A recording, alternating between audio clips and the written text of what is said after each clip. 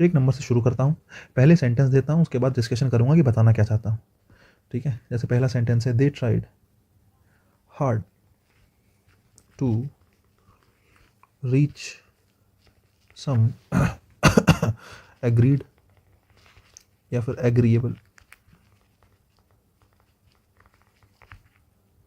Point, agreed या agreeable point.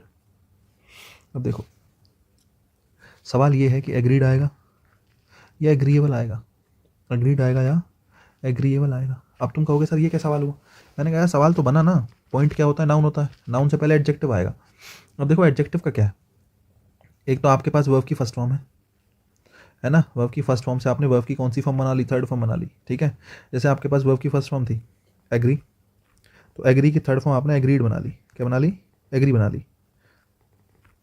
और आपको पता है वर्ब की थर्ड फॉर्म एडजेक्टिव होती है, वर्ब की थर्ड फॉर्म पास्ट पार्टिसिपल होती है, एडजेक्टिव होती है। तो एग्री जो है, एग्री से एग्रीड जो है, ये आपकी थर्ड फॉर्म है जो कि क्या बनी है, एडजेक्टिव बनी है, जो कि क्या बनी है, एडजेक्टिव बनी है। दूसरी बात हमारे पास कुछ सफिक्सेस वगैरह भी होते हैं, समझ रहे हो, कुछ सफिक्स होते हैं हमारे पास, जैसे एग्री शब्द है ना, तो अगर किसी शब्द के मतलब कुछ एडजेक्टिव्स ऐसे होते हैं जिनके लास्ट में एबल लगा दें तो वो एडजेक्टिव बन जाते हैं।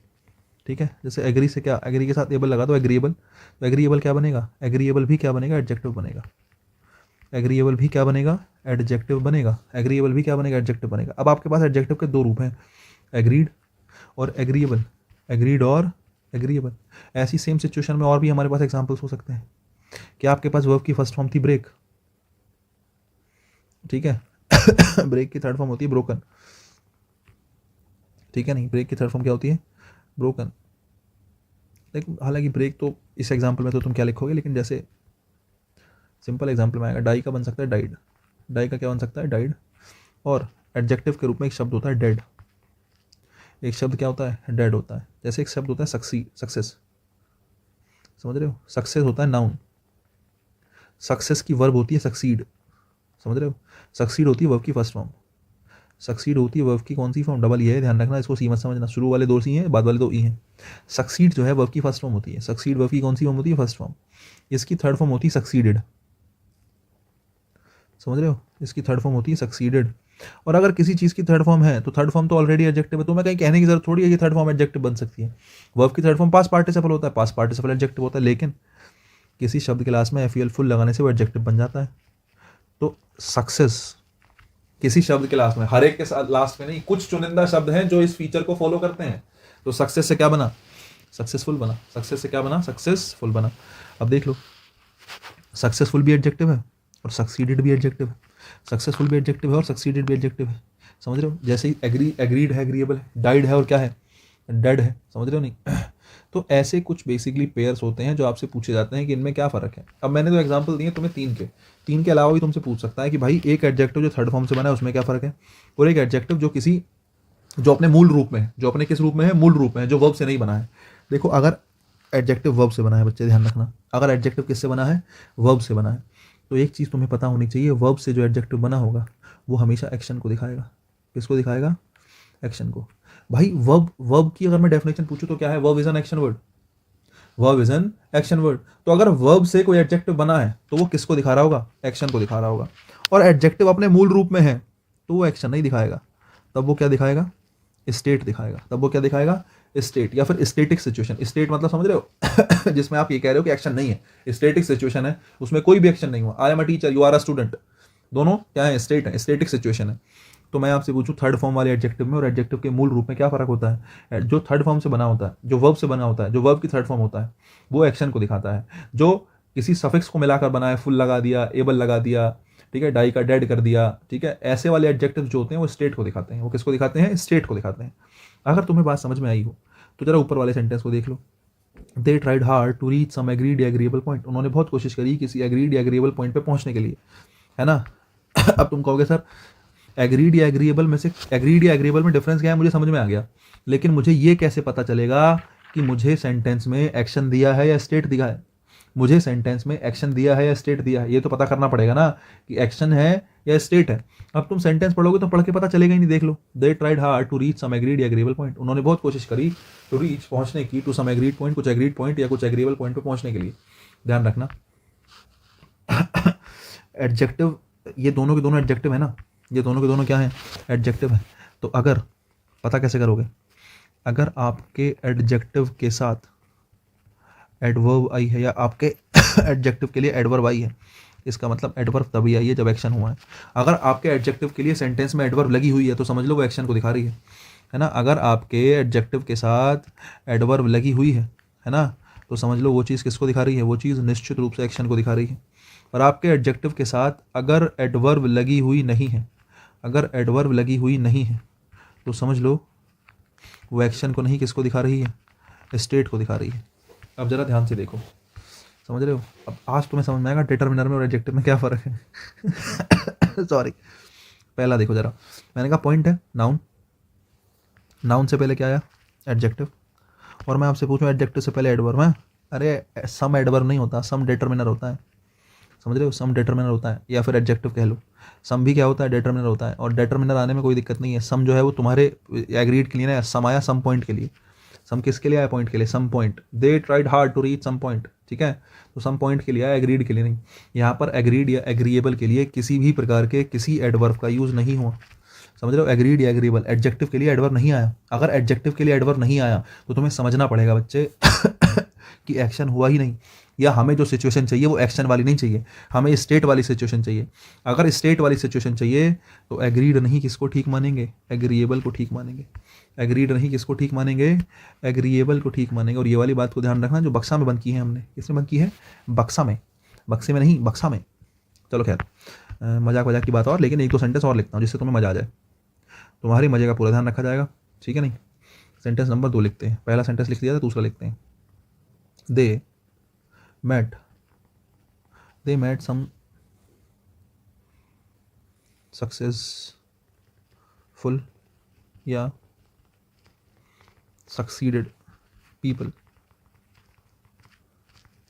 इन द सिटी।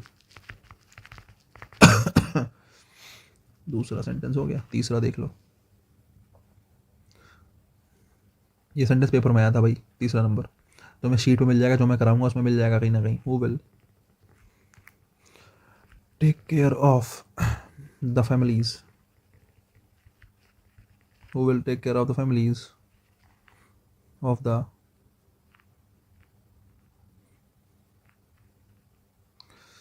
द डाइड या फिर डेड पीपल, डाइड या फिर डेड पीपल। वहीं हमने एक सेंटेंस और दिया तुम्हें, वैसे आंसर पेपर में तो चौथा नंबर आया था, लेकिन है दोनों एक जैसे, क्योंकि समझाने के लिए 1 से 2 सेंटेंस तैयार करे गए हैं जिससे डिफ्रेंशिएट कर पाओ तुम। Who will take care of the families,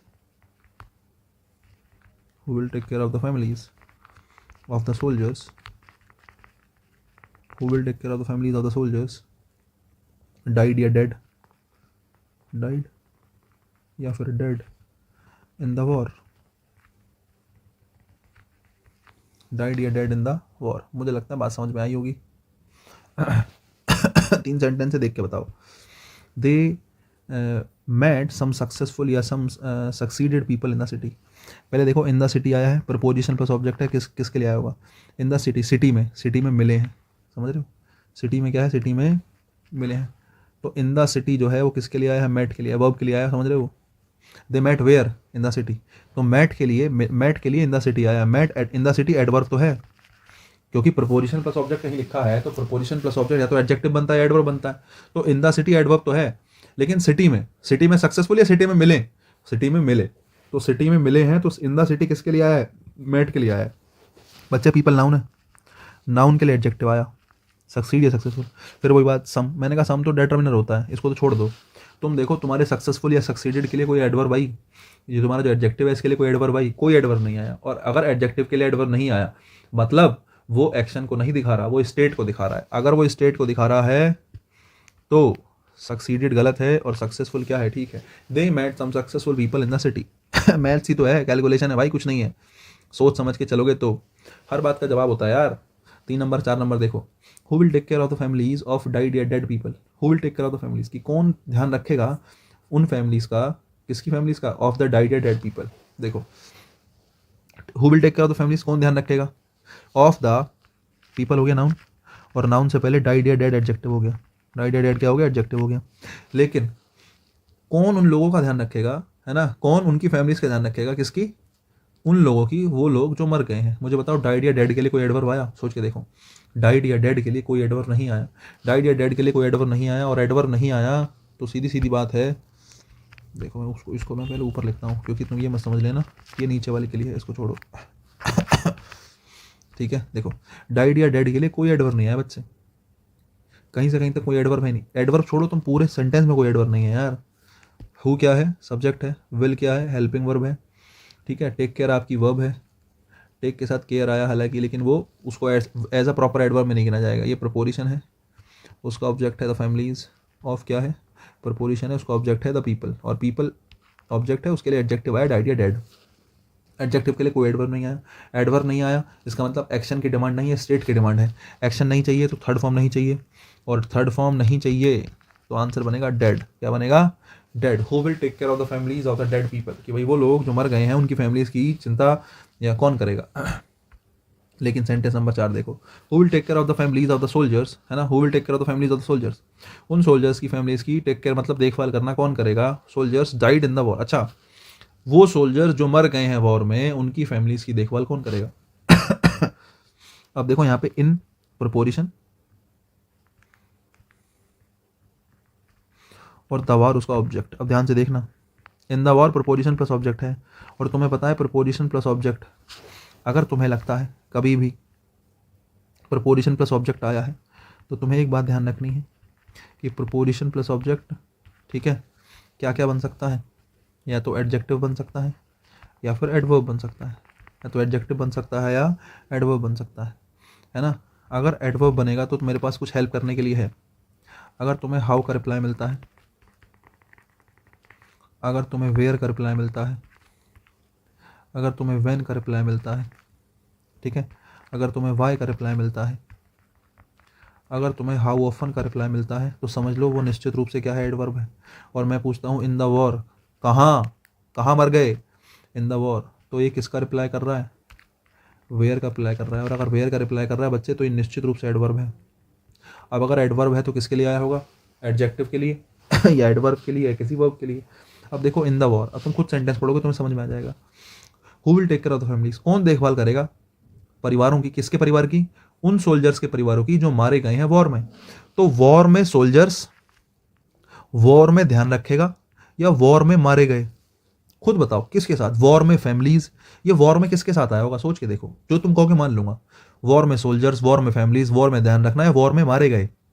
भाई वॉर में मारे गए, अंडरस्टूड सी बात है। वॉर में जो है वो किसके लिए आया है, मारे गए के लिए। और डाइड या डेड क्या है, एडजेक्टिव है, और इस एडजेक्टिव के लिए क्या आया है, एडवर्ब आया है। अगर तुम समझदार हो तो मैं ये वाली बात पीछे पढ़ा चुका हूँ। नाउन के बाद एडजेक्टिव आ जाता है बहुत बार, और एडजेक्टिव के बाद एडवर्ब आ जाता है, समझ रहे हो। नाउन के बाद एडजेक्टिव और एडजेक्टिव के बाद एडवर्ब, ये बेसिकली सीक्वेंस कई बार आपको देखने के लिए मिलता है। अगर तुम समझदार हो तो तुम्हारे एडजेक्टिव के लिए क्या आया है, तुम्हारे एडजेक्टिव के लिए एडवर्ब आया है। और अगर तुम्हारे एडजेक्टिव के लिए एडवर्ब आया है तो फिर समझदारी वाली बात है कि आपका एडजेक्टिव अब की बार स्टेट की डिमांड नहीं कर रहा, अब की बार किसकी डिमांड कर रहा है, एक्शन की डिमांड कर रहा है। और अगर एक्शन की डिमांड है तो एक्शन वाली सिचुएशन में डाइड का यूज़ करेंगे, वर्ब की थर्ड फॉर्म का, ना कि डेड का। एक्शन वाली सिचुएशन में किसका यूज़ करेंगे, डाइड का यूज करेंगे, ना कि डेड का। ठीक है, किसका यूज करेंगे, डाइड का, डाइड। ठीक है, who will take care of the families of the soldiers died in the war, वो सोल्जर जो मारे गए हैं किसमें, वो सोल्जर जो मारे गए हैं वॉर में। ये कॉन्सेप्ट यहीं पे पूरा होता है मुझे लगता है, इससे आगे मुझे इसमें बताने की कोई खास आवश्यकता नहीं है। अब इसके बाद कुछ मुझे आपको बताने हैं ऐसे शब्द जिनका बेसिकली जिनकी जो मतलब ऐसा मान के चलो जिनकी डिग्री सी पॉसिबल नहीं है। कुछ ऐसे शब्द होते हैं जिनकी डिग्री सी पॉसिबल नहीं है। देखो आपको लग रहा होगा कि सर अभी तो आपने बताया था कि एडजेक्टिव्स की डिग्रीज बनती हैं, लेकिन बहुत से एडजेक्टिव्स बच्चे ऐसे होते हैं जिनकी डिग्री बनाना संभव ही नहीं है, जिनका डिग्री बना पाना पॉसिबल है ही नहीं कि उनकी डिग्रीज बन सकती है, नहीं बन पाएगी डिग्रीज। ठीक है, ये कहानी है। बाकी देखो मैं लिखूंगा तो तुम्हें समझाऊंगा कि ऐसा क्यों हो रहा है। ठीक है, मैं एक दो चीज़ें तुम्हारे सामने लिखता हूँ, उसके बाद बात करेंगे। ठीक है भाई, चलो देखो भाई,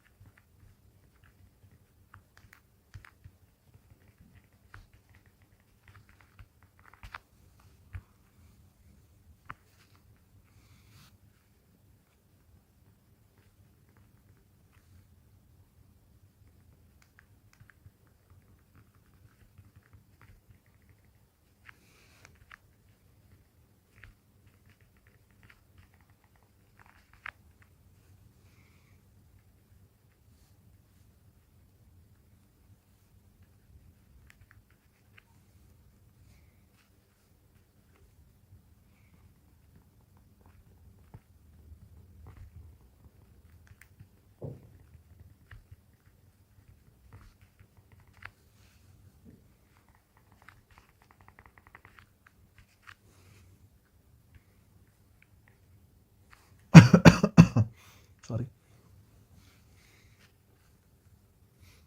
सारी काम काम की चीज़ मैंने एक साथ लिख दी हैं, तो इकट्ठा हम डिस्कस कर लेंगे, रुकना नहीं पड़ेगा। पॉज कम लेंगे तो टाइम कम लगेगा।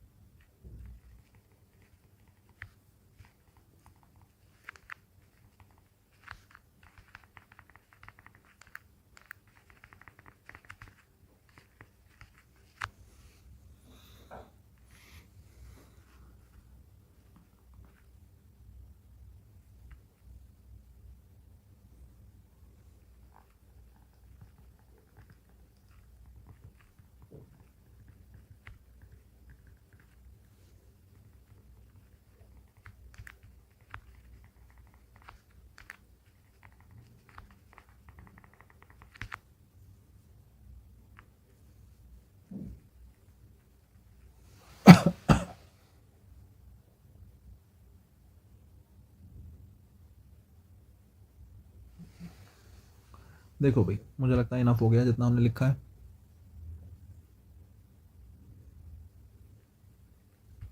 फिलहाल के लिए इतना ही समझ लेते हैं। सबसे पहला मैंने लिखा, कुछ स्पेसिफिक शब्द ऐसे होते हैं जिनकी कंपैरेटिव और सुपरलेटिव डिग्री नहीं बनती। ठीक है, एग्जाम्पल देख लो। परफेक्ट है, चीफ है, एम्प्टी है, फुल है, स्क्वायर है, सर्कल है, ट्रायंगल है। ठीक है, यूनिवर्सल है, आइडियल है, यूनिक है। ये सारे शब्दों की सुपरलेटिव और कंपैरेटिव डिग्री बनती नहीं है। अब तुम सोचो क्या रीज़न हो सकता है अगर सुपरलेटिव और कंपैरेटिव नहीं बन रही है तो। यार ये ऐसे शब्द हैं जो जिनका मीनिंग अपने आप में कंप्लीट है, इनके मीनिंग के साथ मोर या मोस्ट लगा के कोई फ़र्क पड़ेगा ही नहीं। मैंने कहा, कोई किसी ने मुझसे पूछा कि सर बताओ ये जो मैंने सर्कल बनाया है, क्या ये सर्कल ठीक है? अब मैंने कहा यार बिल्कुल परफेक्ट तुमने सर्कल बनाया है। परफेक्ट सर्कल बनाने का मतलब बिल्कुल गोल बनाया। समझ रहे हो? परफेक्ट का मतलब क्या बनाया, बिल्कुल गोल बनाया। अगर मैं कह रहा हूँ कोई चीज़ परफेक्ट है, मैंने कहा यार दिवाली है, दिवाली पे माना कि मेरी सिस्टर ने रंगोली बनाई है, तो मैंने उसको देख के बोला कि यार बड़ी परफेक्ट रंगोली आपने बनाई है, बिल्कुल परफेक्ट है। मैंने ऐसे कहा। तो अगर तुम परफेक्ट किसी चीज़ को कह रहे हो, उस बात का मतलब है उसमें सुधार की ज़रूरत नहीं है। कोई चीज़ अगर परफेक्ट है उसमें सुधार की ज़रूरत नहीं है। अगर सुधार की ज़रूरत नहीं है तो मोर परफेक्ट, मोस्ट परफेक्ट कहने की ज़रूरत ही नहीं होगी। परफेक्ट के साथ मोर या मोस्ट का प्रयोग गलत होगा। अगर तुमने किसी को चीफ कह दिया, समझ रहे हो? अगर तुमने किसी को क्या कह दिया, चीफ कह दिया। चीफ मतलब समझ रहे हो, सबसे बड़ी की बात चल रही है, जो बिल्कुल हेड है उसकी बात चल रही है, चीफ है ना। अगर तुमने चीफ कह दिया तो मोर चीफ मोस्ट चीफ नहीं होगा। ठीक है, एम्प्टी, कोई चीज़ खाली है, मैंने कहा मोर एम्प्टी, और खाली है। मोस्ट एम्प्टी, बिल्कुल खाली है। ऐसा नहीं होता है यार। एम्प्टी मतलब खाली, उसमें क्या और खाली एक्स्ट्रा खाली हो जाएगा। कोई चीज़ भरी हुई है, भरी मतलब मैंने कहा ग्लास जो है पानी से भरा हुआ है, ग्लास जो है वो पानी से भरा हुआ है। अगर ग्लास भरा हुआ है मतलब उसमें पानी है। अब भरा हुआ है तो मोर भरा हुआ है ना, मोर फुल, मोस्ट फुल नहीं हो सकता भाई। मोर मोस्ट फुल के साथ आएगा ही नहीं, क्योंकि फुल एक ऐसी चीज़ है जिसका मतलब है पूरा भरा हुआ, है ना। अब जैसे शेप्स की बात होती है, मैंने कहा स्क्वायर है, ठीक है, सर्कल है, ठीक है, मैंने कहा ट्राइंगल है। अगर मैं कहता हूँ तुम्हारे पास ट्राइंगल है तो मैं ट्राइंगल को मोर ट्राइंगल कहूँगा, तो उसकी ऐसा थोड़ी है कि 3 की जगह 4 साइड्स हो जाएंगी। ट्राइंगल तो ट्राइंगल रहेगा। मोर ट्राइंगल या मोस्ट ट्राइंगल कहने से कोई फर्क नहीं पड़ेगा। अगर मैं किसी चीज़ को यूनिक कह रहा हूँ तो यूनिक मतलब अपने आप में सबसे अलग है, सबसे सबसे अपने आप में नायाब है कोई चीज़, तो मैंने उसको यूनिक बोला। अगर उस चीज़ को यूनिक बोला वो सबसे अलग है, उसके साथ मोर या मोस्ट की जरूरत ही नहीं है, क्योंकि उसका मीनिंग ही ऐसा है कि मोर मोस्ट उसके साथ लगा ही नहीं सकते। लगाओगे तो वो गलत लगेगा।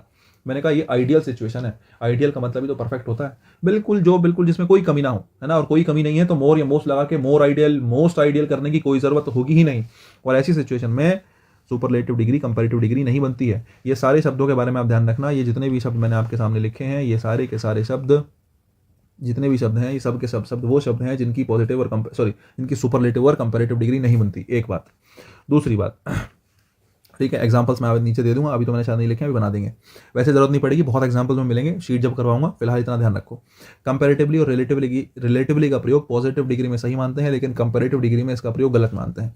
यहाँ से भी बड़े सवाल बनते हैं। पेपर में क्या करेगा, कंपैरेटिव डिग्री में जानबूझ के एग्जामिनर कंपैरेटिवली शब्द का यूज़ करेगा या रिलेटिवली शब्द का यूज़ करेगा। कंपैरेटिवली या रिलेटिवली का मतलब होता है किसी चीज़ से तुलना। कंपैरेटिवली या रिलेटिवली शब्द जो है वो किसके लिए आते हैं, तुलना करने के लिए यूज़ होते हैं। ठीक, समझ रहे हो? इनका काम है, कंपैरेटिवली या रिलेटिवली का अर्थ होता है तुलना करना। अगर तुम तुलना करने की बात कर रहे हो तो तुलना करने के लिए कंपैरेटिव डिग्री आ तो गई, और अगर कंपैरेटिव डिग्री पहले से आ गई तो कंपैरेटिव डिग्री में अगर कंपैरेटिवली शब्द लगाओगे तो वो सुपरफ्लुअस हो जाएगा। एक से ज्यादा बार कंपेयर कर लोगे। मैंने एक सेंटेंस लिखा, मैंने कहा सिपला, सिपला नहीं शिमला, क्या कर दिया मैंने, सिंपला है, मैंने कहा शिमला। ठीक है, मैंने क्या कहा, मैंने कहा भाई शिमला जो है is comparatively cheaper than Manali.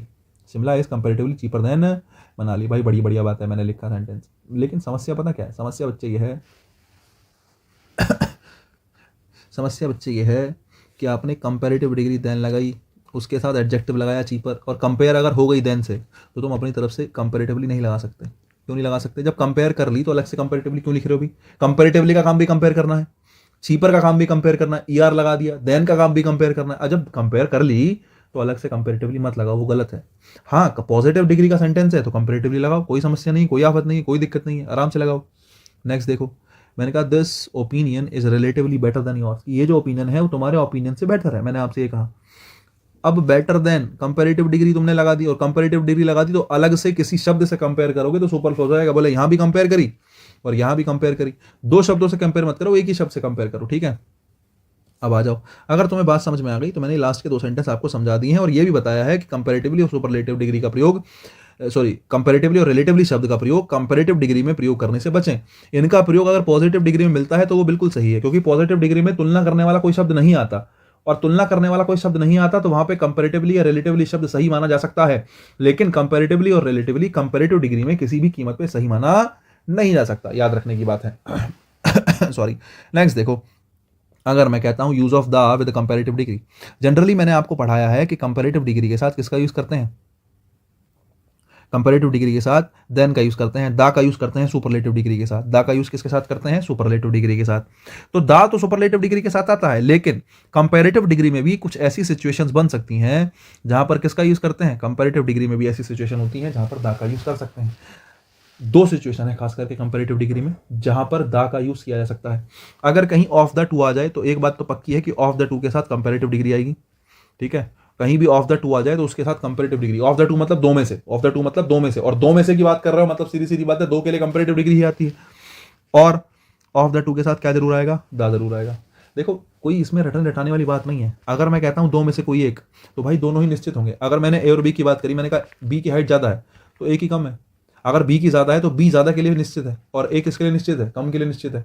तो हैं दोनों ही डेफिनेटली। जब भी दो में से किसी एक को स्पेसिफिक कर लोगे दूसरा ऑलरेडी स्पेसिफिक हो जाएगा।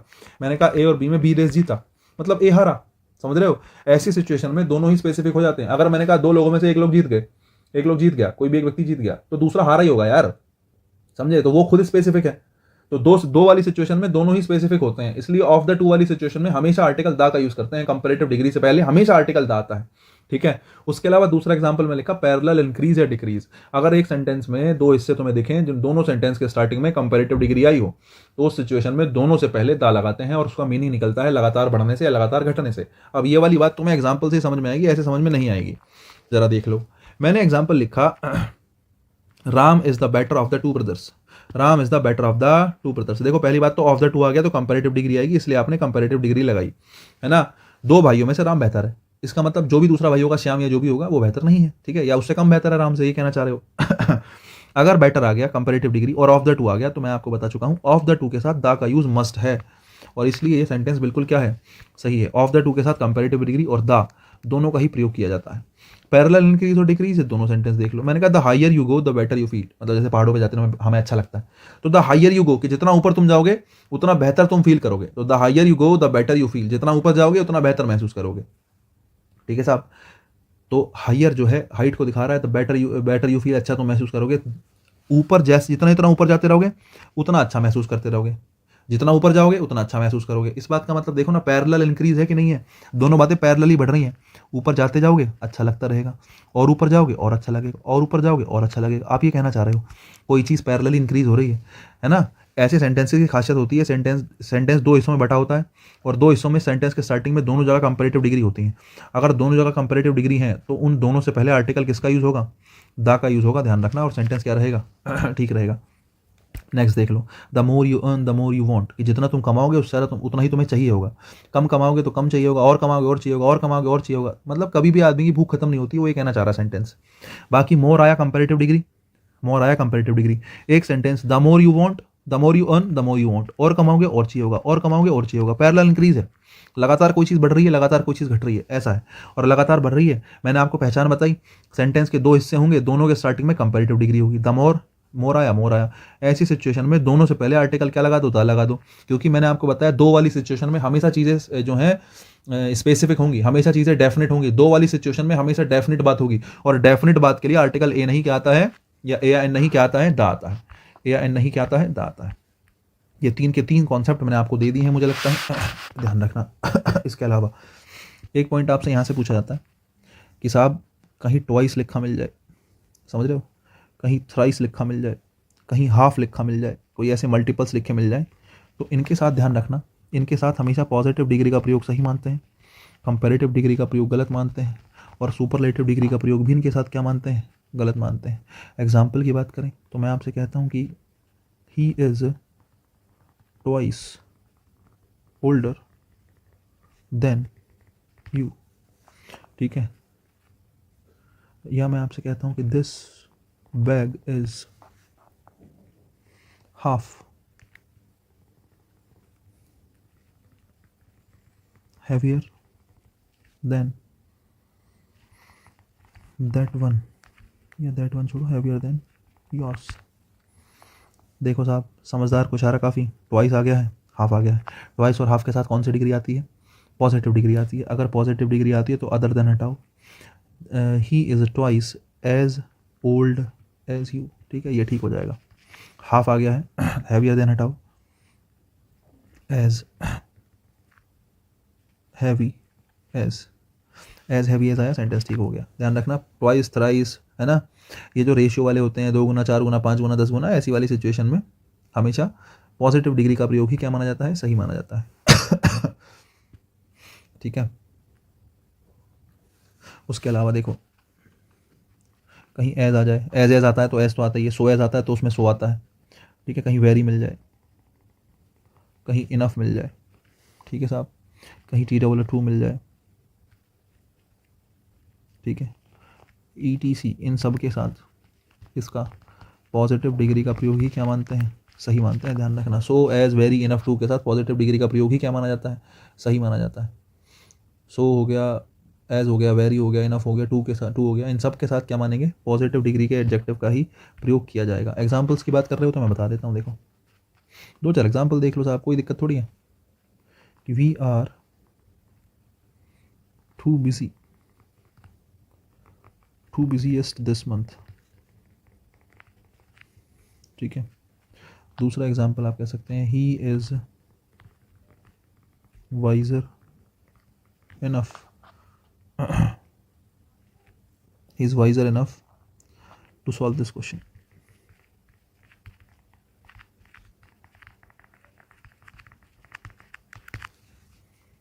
तीसरा क्वेश्चन देखो, Ram is as intelligent as, if not better than Shyam.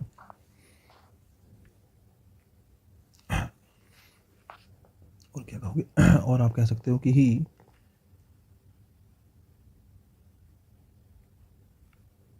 knows as less as somebody else, कि उसको इतना ही कम पता है जितना किसी और को पता है, उसको उतना ही कम पता है, ठीक है। 4 सेंटेंस लिखे हैं, चारों देख लो। T2 आ गया, T2 के साथ पॉजिटिव डिग्री, ठीक है, T2 के साथ पॉजिटिव डिग्री, बिजिएस्ट नहीं क्या आएगा? बिजी आएगा। अब सेंटेंस ठीक है।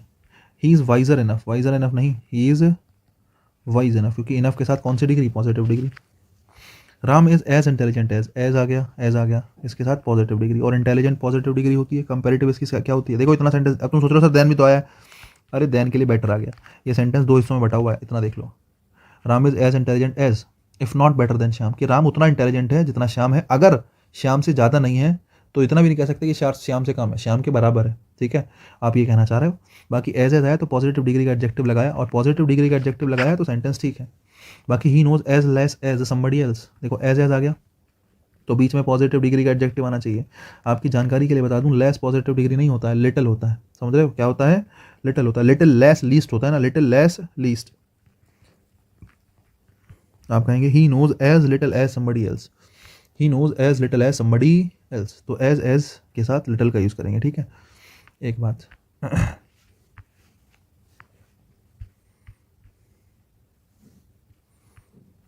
ठीक है, इसका ध्यान रखना, ये वाली बात मैंने आपको बता दी है।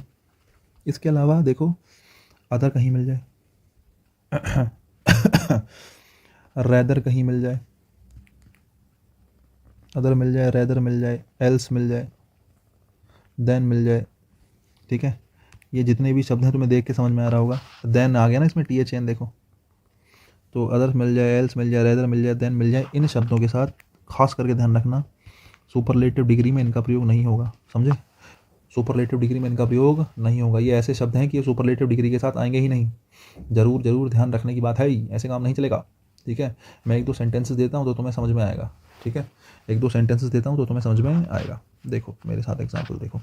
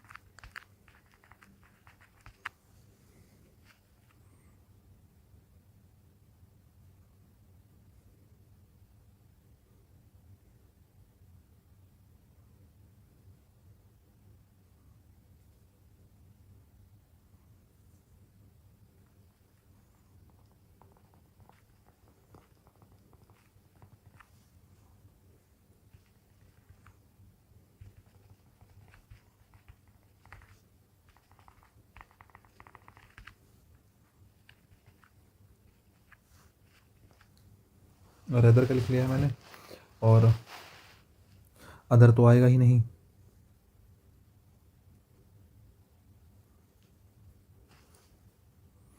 देखो वैसे यहाँ पे वो अदर लगा के दे सकता है, ठीक है, लिख लो, बाद में कट कर लेंगे।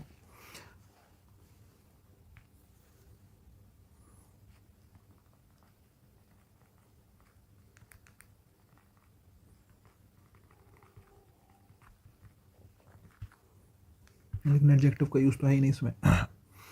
और क्या हो सकता है?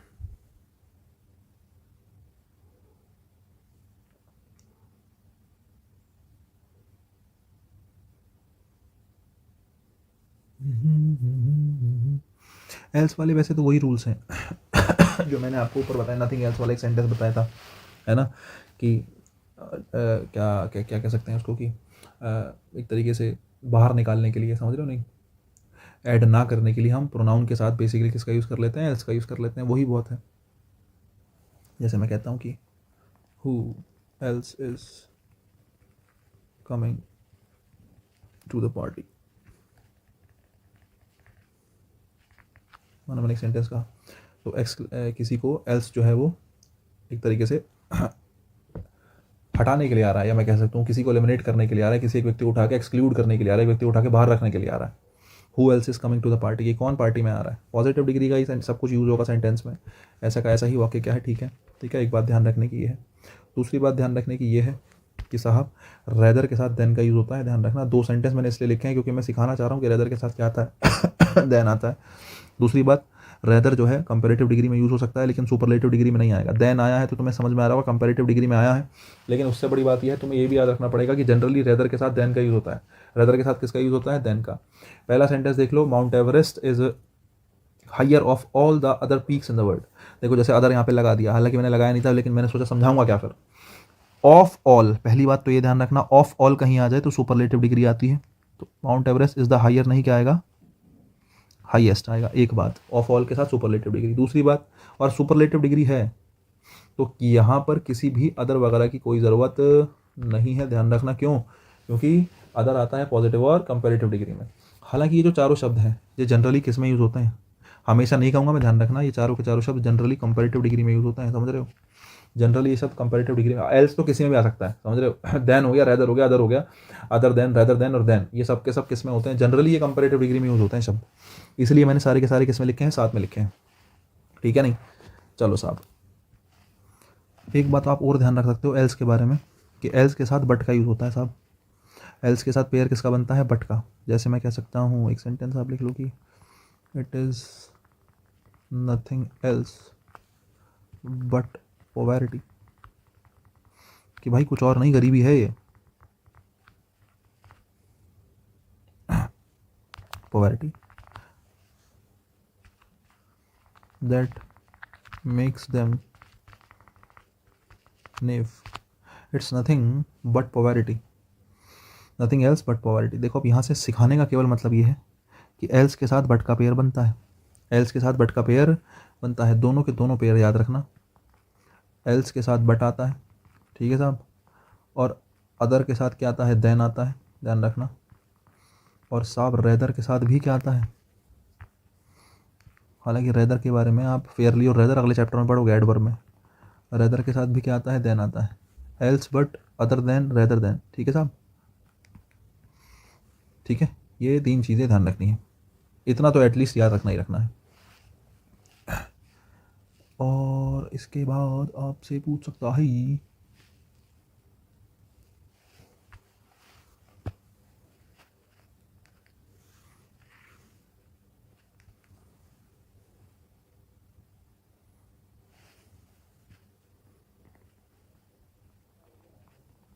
this place is less known one among tourists,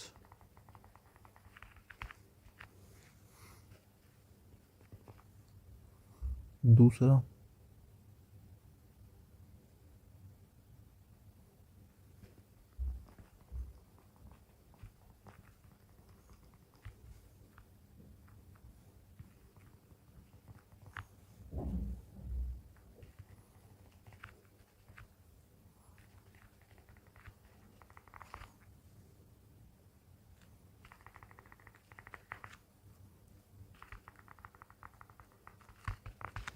देखो दो सेंटेंस है, एक में लेस का यूज़ किया है मैंने, एक में लेसर का यूज़ किया है। एक में लेस का यूज़ किया, एक में लेसर का यूज़ किया, ध्यान रखना। पेपर में दोनों में बड़ा ही बहुत ज़्यादा पूछा जाता है कि लेस और लेसर में क्या फ़र्क है।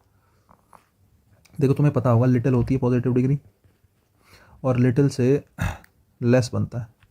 बता देता हूँ, लिटिल पॉजिटिव डिग्री है, लेस कौन सी डिग्री है, कंपेरेटिव डिग्री है, लिटिल लेस लीस्ट, ठीक है, ये बनती है सुपरलेटिव डिग्री। तो हमें बात करनी है लेस की, ठीक है। एक शब्द बनता है लेस, और लेस जो है कंपेरेटिव डिग्री है ऑलरेडी, लेकिन लेस से रिलेटेड शब्द लेसर भी बनता है ना। लेस से रिलेटेड एक शब्द क्या भी बनता है, लेसर भी बनता है।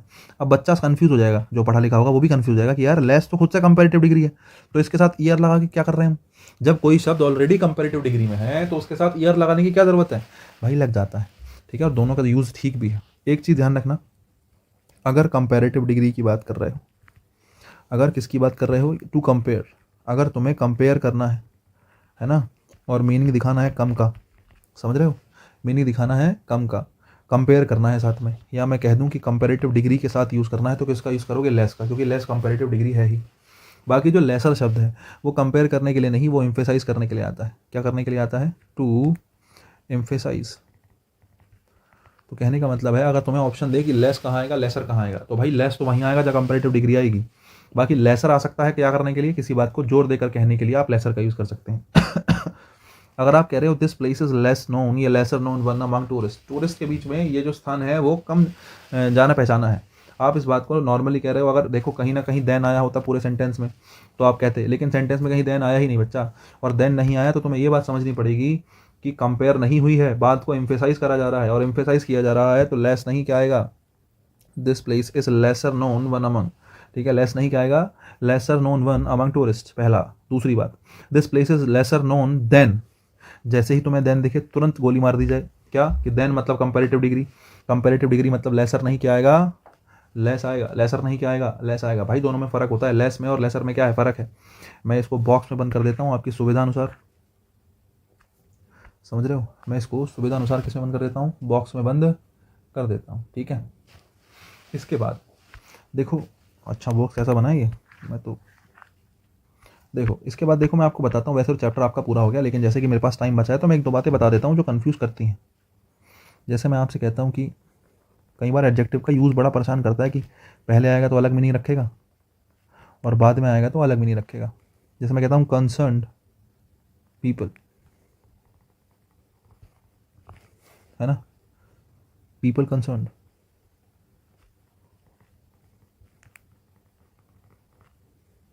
मीनिंग बदल जाते हैं आगे पीछे होने से। जैसे मैं आपसे कहता हूँ प्रेजेंट एमपीज, ठीक है, और मैं कहता हूँ एमपीज प्रेजेंट, दोनों अलग अलग बातें हैं। रेस्पॉन्सिबल एम्प्लॉय,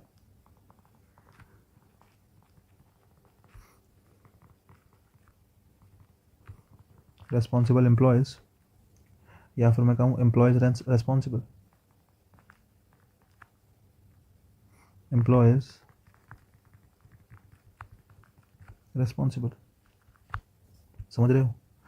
तो कई बार ऐसा ना, देखो ऐसे बहुत सारे फ्रेज बन सकते हैं, मैंने फ़िलहाल 3 लिखे हैं, और मेरा बेसिकली कहने का मतलब यह है कि मैं बस तुम्हें समझाना चाह रहा हूँ कि कैसे कैसे यूज़ होते हैं। बाकी ऐसे तो हज़ारों फ्रेज बन सकते हैं, तुम्हें सेंटेंस में देख के समझना पड़ेगा, बस मैं तुम्हें एक टचअप दे रहा हूँ थोड़ा सा कि तुम समझ जाओ। कई बार होता है ना, एडजेक्टिव पहले आता है तो अलग मीनिंग रखता है, बाद में आता है तो अलग मीनिंग रखता है, समझ रहे हो। थोड़ा सा इस बात का ध्यान रखना, थोड़ा सा इंग्लिश पढ़ोगे धीरे धीरे क्लियर हो जाएगा, अभी तुम्हें भारी लगेगा ये, लेकिन जैसे कि मैंने कहा टाइम है तो मैं बता देता हूँ। ये वाले सेंटेंस कभी कभार पूछ लेता है। कंसर्न पीपल, वो पीपल जो कंसर्न है, कंसर्न मतलब चिंतित है, मतलब वरीड या फिर एनेक्सियस, ठीक है। एक बात, people concern to this matter, इस मैटर से रिलेटेड जो भी लोग हैं, इस मैटर से चिंतित नहीं, इस मैटर से रिलेटेड। पीपल कंसर्न मतलब होता है रिलेटेड पीपल, है ना। People concern to this child, वो लोग जो इस बच्चे से रिलेटेड हैं, है ना। Concern people for the child, चिंतित लोग बाग बच्चे के लिए, दोनों में फ़र्क है, दोनों में फ़र्क है, ठीक है। रिलेटेड पीपल, जैसे मैं कहता हूँ प्रेजेंट एमपीज, मैं कहता हूँ प्रेजेंट एमपीज, प्रेजेंट एमपीज मतलब वो एमपीज जो अभी करंट में एमपी हैं, है ना, वो एमपीज जो क्या है करंट में एमपी हैं, उनकी बात चल रही है, प्रेजेंट एमपीज, ठीक है। एग्जिस्टिंग एमपीज की बात चल रही है, लेकिन मैं कह रहा हूँ एमपीज प्रेजेंट, एमपीज प्रेजेंट मतलब वो लोग जो प्रेजेंट हैं, प्रेजेंट मतलब अटेंडिंग, जैसे माना सेशन चल रहा है पार्लियामेंट का, ठीक है, वो जो अटेंडिंग, या मैं कहूँ नॉट एबसेंट, वो एमपीज जो एबसेंट नहीं है, एमपीज प्रेजेंट, वो एमपीज जो प्रेजेंट है, ठीक है। रेस्पॉन्सिबल एम्प्लॉयज़ मतलब जिम्मेदार, रेस्पॉन्सिबल क्या होगा, जिम्मेदार, एम्प्लॉयज़ मतलब कर्मचारी, ठीक है। लेकिन मैं कह रहा हूँ एम्प्लॉयज़ रेस्पॉन्सिबल, रेस्पॉन्सिबल बाद में लगा दूँ, guilty. Employees responsible for this mistake, employees जिम्मेदार हैं, है ना, या गिल्टी हैं, employees responsible for this mistake, employees guilty हैं इस मिस्टेक के लिए, ठीक है। Responsible employees for this mistake, जिम्मेदार कर्मचारी जो जिम्मेदारी लें, ठीक है, नहीं मिस्टेक की बात होगी तो गिल्टी होगा, और गिल्टी होगा तो एम्प्लॉयज़ रेस्पॉन्सिबल आएगा, ठीक है। गिल्टी मतलब बेसिकली गलती करने वाले, आप ये कहना चाह रहे हो, गलती करने वाले एम्प्लॉयज़। अब तुम कहोगे सर ये तो ऐसे है कि ये बात आपने बता दी कि इसमें क्या याद रखें, मैं इसलिए कह रहा हूँ थोड़ा सा तुम्हें मुश्किल लगेगा, ठीक है। चलो मैं एग्जांपल भी देता हूँ तुम्हें दो, तुम भी क्या याद करोगे, कितना अच्छा आदमी हूँ यार मैं सच में हूँ, मानो मत मानो तुम। शुरू शुरू में बच्चे जो हैं आदत नहीं डाल पाते मेरे साथ, पता है। मैं तुम्हें अपना पुराना रिकॉर्ड बता देता हूँ, अभी जैसे कि बात चल रही है, सेंटेंस इतने लिख रहा हूँ, बच्चों को शुरू में लगता है कि यार ये जल्लाद प्रकार का आदमी है और ये अपना तरीका कभी नहीं बदलता, ठीक है। और क्योंकि मुझे भी पता है कि मेरी क्लास में अगर 100 बच्चे पढ़ रहे हैं तो 100 के 100 का सिलेक्शन नहीं हो सकता, लेकिन मैं कभी 100 बच्चे के लिए काम नहीं करता, मैं हमेशा उन बच्चों के लिए काम करता हूँ जो मेहनत कर रहे होते हैं, जो जेन्युइनली मेहनत कर रहे हैं, जिनको लग रहा है कि मुझे सिलेक्शन चाहिए। एक आदमी जो कभी क्लास पढ़ रहा है, आज की क्लास छोड़ दी, कल की छोड़ दी, परसों की छोड़ दी, कभी पढ़ी कभी नहीं पढ़ी, भाई तुम्हारा जीवन में कुछ नहीं हो सकता, पता है। होगा उसी का जो आदमी लगा हुआ है। मैंने ऐसे ऐसे बच्चे देखे हैं यार। अभी एक मेरा स्टूडेंट है प्रशांत नाम का, समझ रहे हो, प्रशांत नाम का मेरा स्टूडेंट है, इधर ही दिल्ली में है, ठीक है। इसमें हमारा मिनिस्ट्री ऑफ इसमें डीओपीटी में है, ठीक है। शायद कुछ उसको मतलब अभी तो शायद उसने चेंज भी किया है, मुझे लग रहा है पुराना कुछ था, ठीक है। मैंने उसको देखा, मुझे बहुत अच्छे से याद है, ठीक है, बहुत अच्छे से, कि यार उसको एग्जाम और वॉसबर में भी बेसिकली दिक्कत थी। और आज मैं उसको देखता हूँ कि यार वो आदमी जॉब कर रहा है बढ़िया, प्रॉपर मज़े से, अच्छे अच्छे फोटो डालता है फेसबुक में देखता हूँ भाई, मज़ेदार। तो मगर मैंने एक चीज़ प्रशांत की देखी है भाई, प्रशांत रूम लेके रहता था मेरे घर के पास में, और मतलब यार वो इतना मेहनती बच्चा था, इतना मेहनती बच्चा था, हद से ज़्यादा, बहुत मेहनती। और मैंने उसको मेहनत करते देखा है, मतलब मेरी आंखों के सामने से चीज़ें गई हैं जाते जाते। और 2 साल जो मैंने उसको दिए हैं, 2 साल देने के बाद मैं आज देखता हूँ कि भाई वो इतना सही, मतलब उसका काम चल रहा है, सब कुछ बढ़िया। ऐसे बहुत से एग्जाम्पल्स हैं। मतलब Prashant is one of the lowest students I have, ठीक है, आई हैड, कि भाई इतना लोएस्ट डिग्री का स्टूडेंट है कि जिसको बहुत मतलब बिल्कुल कुछ नहीं आ रहा, लेकिन आज उसकी इंग्लिश ऐसी है कि भाई 90 नंबर ला रहे हैं बच्चे। तो मैं इसलिए बता रहा हूँ कि भाई मेहनत मेहनत मेहनत, they will punish the employees responsible,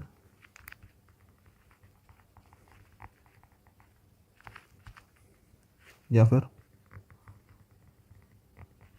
they will punish the responsible employees. सोच के देखो क्या सेंटेंस हो सकता है। एक और लिख देता हूँ, तुम भी क्या याद करोगे।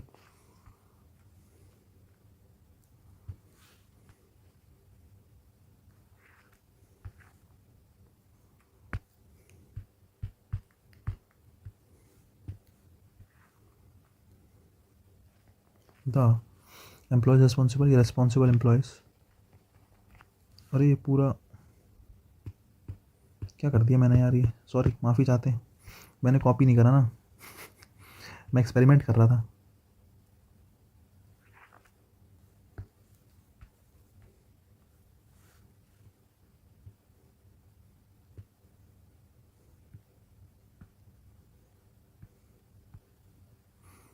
इतनी देर में तो कई बार लिख देता मैं, लेकिन कोई बात नहीं, थोड़ी खुरापात भी ज़रूरी है। The employees responsible, the responsible employees, और जैसे मैं कहता हूँ शुड बी एनकरेज्ड,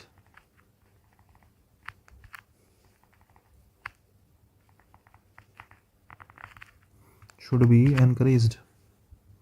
अब देखो, the employees responsible, the responsible employee should be encouraged, और एक ऊपर सेंटेंस है, दे विल पनिश। अगर वो पनिश करेंगे तो पनिश किसको करेंगे, जिम्मेदार को करेंगे या गिल्टी को करेंगे। भाई एम्प्लॉयज़ रेस्पॉन्सिबल, ये ठीक है, क्योंकि एम्प्लॉयज़ रेस्पॉन्सिबल होता है गलती करने वाले एम्प्लॉयज़, रेस्पॉन्सिबल एम्प्लॉय जिम्मेदार होता है, ये गलत है, ठीक है।